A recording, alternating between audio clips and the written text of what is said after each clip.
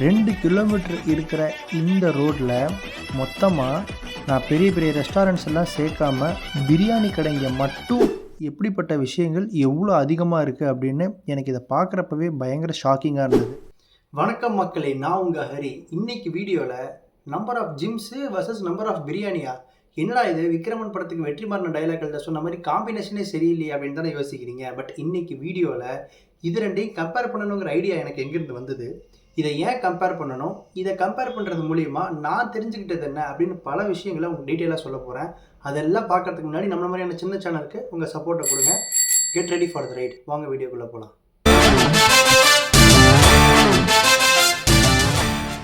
First இது ரெண்டையும் compare பண்ணணுங்கிற ஐடியா எங்கேருந்து வந்தது, வீக்கெண்ட் ஸ்டார்ட் ஆயிடுச்சுங்க.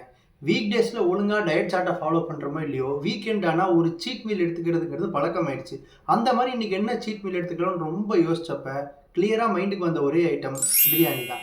ஸோ பிரியாணி சாப்பிட்லான்னு ஃபிக்ஸ் ஆகிடுச்சு. எங்கே பிரியாணி சாப்பிட்லான்னு ஒரு டிஸ்கஷனை போட்டோங்க. அப்போ என்ன ஆச்சுன்னா, ஃப்ளாஷ்பேக் வரப்போது. எல்லோரும் மேலே பாருங்கள். ஏ மச்சி, வீக்கெண்டு பிரியாணி சாப்பிட போவோமா? பிரியாணியா? சரி போலாமே. எங்கே போகலாம்? இங்கே ஆப்போசிட்டில் வெட்டிங் பிரியாணின்னு ஒரு கடை இருக்காங்க, போவோமா? ஆப்போசிட்டில் தலப்பா கட்டியிருக்காங்க, போகலாம். தலப்பா கட்டி கொஞ்சம் தள்ளி போனீங்கன்னா அந்த பக்கம் நந்தனான்னு இருக்குது, அது சூப்பராக இருக்குமா. நம்ம பாட் பிரியாணி சாப்பிட்டதில்ல, அங்கே போகலாம். டேய், அதுக்கு இந்த பக்கம் போனால் சுக்கு பையன் ஒரு கடை இருக்குது, அது பயங்கரமாக இருக்குமாண்டா. அது தூரம், அதுக்கு முன்னாடி ஜைத்தூன் இருக்கு, அங்கேயே போயிடலாம். மச்சி, நீ ஒரு விஷயத்த யோசிச்சு பார்த்தியா? நம்மளை சுற்றி சாப்பிட்றதுக்கு மட்டுமே இவ்வளோ கடை இருக்கே. ஆமாம். நம்ம ஒரு 3 மாதத்துக்கு முன்னாடி ஜிம்மில் சேர்றதுக்காக என்ன பண்ணணும்னு உனக்கு ஞாபகம் இருக்கா? என்ன பண்ணோம்?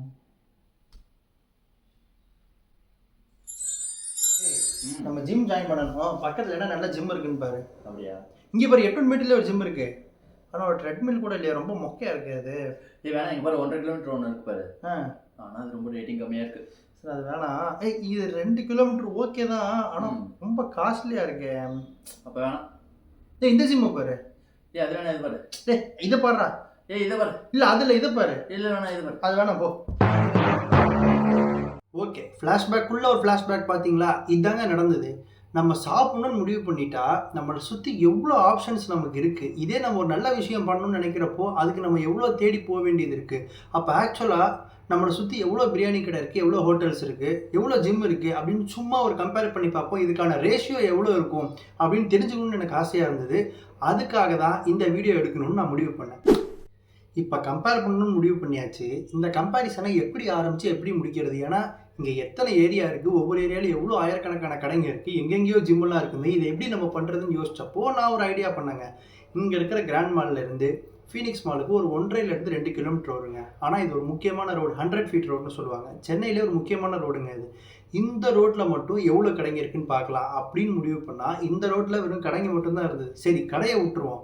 இந்தியாவின் தேசிய உணவாக இப்போ இருக்கிற, போன வருஷம் எனக்கு தெரிஞ்சு ஸ்விக்கியில் பெர் செகண்டுக்கு 333 ஆர்டர்ஸோ என்னமோ ப்ளேஸ் பண்ணாங்கன்னு சொன்னாங்க. அவ்வளோ பேர் விரும்பி சாப்பிட்ற ஒரு டிஷ் இன்னைக்கு பிரியாணி. எவ்வளோ பிரியாணி கடைங்க இருக்குன்னு பார்ப்போம் அப்படின்னு தோணுச்சுங்க. அதுக்காக தான் இந்த டேட்டாவை கலெக்ட் பண்ணுறதுக்காக ரைடை ஸ்டார்ட் பண்ணோம். இந்த டேட்டா என்ன சொல்லுது, இதை பார்த்ததுக்கப்புறமா எனக்கு தோணுன விஷயங்கள் என்ன அப்படிங்கிற எல்லா மேட்டரையும் இந்த டேட்டாவை ஃபஸ்ட்டு பார்த்துட்டு வாங்க, அப்புறமா நான் உங்களுக்கு சொல்கிறேன். ஸோ வாங்க மக்களே, நம்ம வேளச்சேரியில் எத்தனை பிரியாணி கடைங்க இருக்குது, எத்தனை ஜிம் இருக்குதுன்னு பார்க்கறதுக்காக வண்டி எடுத்துகிட்டு கிளம்புனதும் எடுத்ததும் ஏன் எதிர 2 பாப்பாங்கிற மாதிரி தெரு முனையிலேயே 2 பிரியாணி கடைங்க. தலப்பாக்கட்டி அண்ட் ஷெரீஃப் பாய், 3வது நவாஸ் தர்பார், 4வது Nandhana, 5 Ya Moideen, 6 Althaf food court, 7 Vaniyambadi biryani, 8 claypot biryani, 9 Kuppanna biryani, 10 old Mirchi biryani, 11 Anjappar biryani, 12 Kamatchi biryani, 13 ராசாவித் பிரியாணி, 14 மெட்ராஸ் பாய் பிரியாணி, 15 காலிக்ஸ் biryani, 16 biryani brothers, 17 Madras Mani restaurant, 18 wedding biryani, 19 Cholan mess. ஜிம்முன்னு எடுத்துக்கிட்டா burn out and muscle marks, இந்த 2 ஜிம்மு தாங்க இருந்தது. 2 கிலோமீட்டர் இருக்கிற இந்த ரோட்டில் மொத்தமாக நான் பெரிய பெரிய ரெஸ்டாரண்ட்ஸ் எல்லாம் சேர்க்காம பிரியாணி கடைங்க மட்டும் 19 இருக்குங்க. இதே ரோட்டில் ஜிம்மு 2 தான் இருக்குது. ஸோ இந்த ரேஷியோவை நீங்களே கம்பேர் பண்ணி பாருங்கள். நம்மளை சுற்றி எப்படிப்பட்ட விஷயங்கள் எவ்வளோ அதிகமாக இருக்குது அப்படின்னு எனக்கு இதை பார்க்குறப்பவே பயங்கர ஷாக்கிங்காக இருந்தது.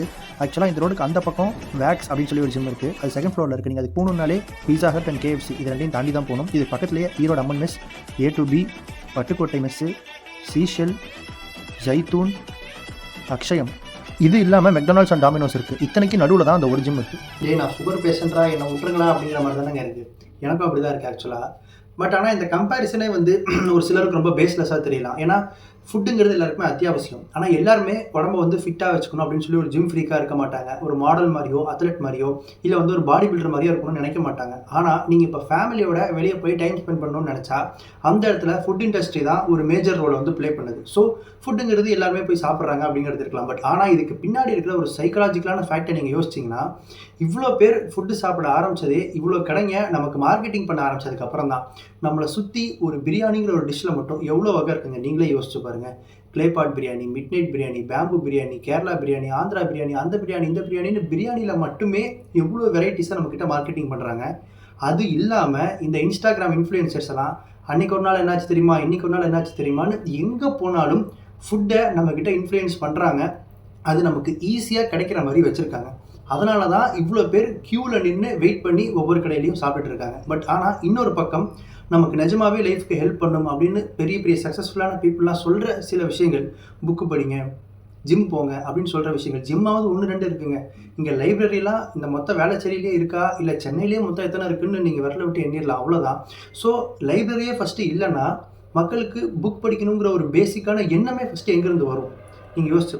இங்கிலாண்டில் புக்கு படிக்கிற பழக்கம் முன்னாடி அளவுக்கு மக்கள்கிட்ட இல்லை அப்படின்னு ஒரு ஸ்டாட்டிஸ்டிக்ஸ் எடுத்து பார்த்து அவங்க எல்லா ஏரியாலையும் லைப்ரரிஸை வந்து பில்ட் பண்ணி பல ஸ்ட்ராட்டஜிஸ் யூஸ் பண்ணி மக்களை வந்து திரும்ப அந்த புக்கு படிக்கிற பழக்கத்தை கொஞ்சம் கொஞ்சமாக வர வச்சிட்ருக்காங்க.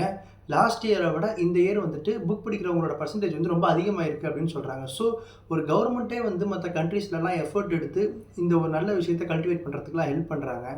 பட் ஆனால் இந்த அதர் ஹேண்ட் நம்ம கண்ட்ரிஸ் இவ்வளோ பெரிய ஒரு 100 கோடி பேர் இருக்கிற ஒரு நாடுங்கிறது இன்டர்நேஷ்னல் பிராண்ட்ஸ்க்கெலாம் வந்து அல்வா சாப்பிட்ற மாதிரி. நம்மக்கிட்ட வந்து எதை வேணால் அவங்க விற்கலாம், எதை மார்க்கெட்டிங் பண்ணாலும் இங்கே இருக்கிறவங்க வந்து அதை கன்சியூம் பண்ணுவாங்க. அப்படிங்கிறதுனால தான் நம்மளை சுற்றி இவ்வளோ இன்டர்நேஷ்னல் பிராண்ட்ஸ் வந்து இருக்கிறது. செல்ஃப் டிசிப்ளினில் ஃப்ரிக்ஷன் அப்படின்னு சொல்லி ஒரு கான்செப்ட் இருக்குங்க. அப்படின்னா என்னென்னா, எனக்கு வந்து ஃபுட் கிரேவிங்ஸ் ரொம்ப அதிகமாக இருக்குது, என்னையும் மீறி நான் வந்து ஜங்க் ஃபுட் சாப்பிட்றேன் அப்படின்னு சொல்கிறவங்களுக்கு இந்த டெக்னிக் சொல்லுவாங்க. இந்த டெக்னிக் என்னென்னா, இப்போ எனக்கு ஃபுட் கிரேவிங்ஸ் அதிகமாக இருக்குல்ல, அது எது வேணா இருக்கலாம், ஒரு ஸ்வீட்டாக இருக்கலாம், இல்லை ஒரு ஆயில் ஐட்டமாக இருக்கலாம், அது உங்கள் வீட்டில் இருக்குன்னு வச்சுக்கோங்களேன். அதை வந்து உங்களுக்கு எடுக்கிறதுக்கே கஷ்டமாக இருக்கிற மாதிரி ஒரு இடத்துல எடுத்துகிட்டு போய் வச்சுருங்க. அதே சமயம் உங்களுக்கு சாப்பிட்றதுக்கே கடுப்பாக இருக்குல்ல, அது ஒரு ஸ்ப்ரவுட்ஸாக இருக்கலாம், இல்லை ஒரு பழமாக இருக்கலாம், அந்த மாதிரியான விஷயங்களை உங்கள் கண்ணு முன்னாடி ஈஸியாக உங்களுக்கு கிடைக்கிற மாதிரி வச்சுக்கோங்க.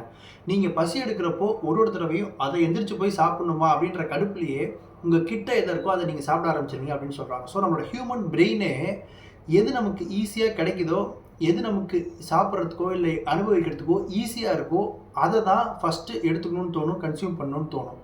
அப்படி இருக்கிற நம்மளோட ஹியூமன் பிரெயினுக்கு நம்மளை சுற்றி இப்படி ஒரு ஜங்க் ஃபுட்டை ஈஸியாக கிடைக்கிற மாதிரி, ஈஸியாக ஆக்சசிபிளாக இருக்கிற மாதிரி இவ்வளோ பேர் இன்ஃப்ளூயன்ஸ் பண்ணால் நம்ம எப்படி ஒரு ஹெல்த்தியான லைஃப்பை லீட் பண்ண முடியும்னு நீங்களே யோசிச்சுக்கோங்க. ஸோ இந்த வீடியோ மூலிமா நான் உங்களுக்கு சொல்ல வர்றது என்னென்னா, நமக்கு தேவையில்லாத விஷயங்கள், அது ஜங்க் ஃபுட்டாக இருக்கலாம், இல்லை என்டர்டெயின்மெண்ட்டாக இருக்கலாம், இது எல்லாமே நம்மளை தேடி வரும். ஆனால் நல்ல விஷயங்களை, நம்ம லைஃபுக்கு நிஜமாகவே மீனிங் கொடுக்கக்கூடிய விஷயங்களை நாம் தான் தேடி போகணும். How hard it is, let's just go and get it. So இந்த வீடியோ கடைசி வரைக்கும் பார்த்த ஒவ்வொருத்தருக்கும் நன்றி. இந்த வீடியோ பற்றின ஃபீட்பேக்ஸ், இல்லை நல்லது கெட்டது, இல்லை வேறு எதை பற்றியாவது நான் பேசணும்னு நினச்சிங்கன்னா அந்த விஷயங்கள் எல்லாத்தையும் கமெண்ட்ஸில் சொல்லுங்கள். இந்த வீடியோ பிடிச்சிருந்துச்சுன்னா உங்களோட ஃப்ரெண்ட்ஸ் அண்ட் ஃபேமிலிக்கு ஷேர் பண்ணுங்கள். இந்த வீடியோக்கு ஒரே ஒரு லைக் பண்ணி சப்போர்ட் பண்ணுங்கள். தேங்க்ஸ் ஃபார் வாட்சிங்.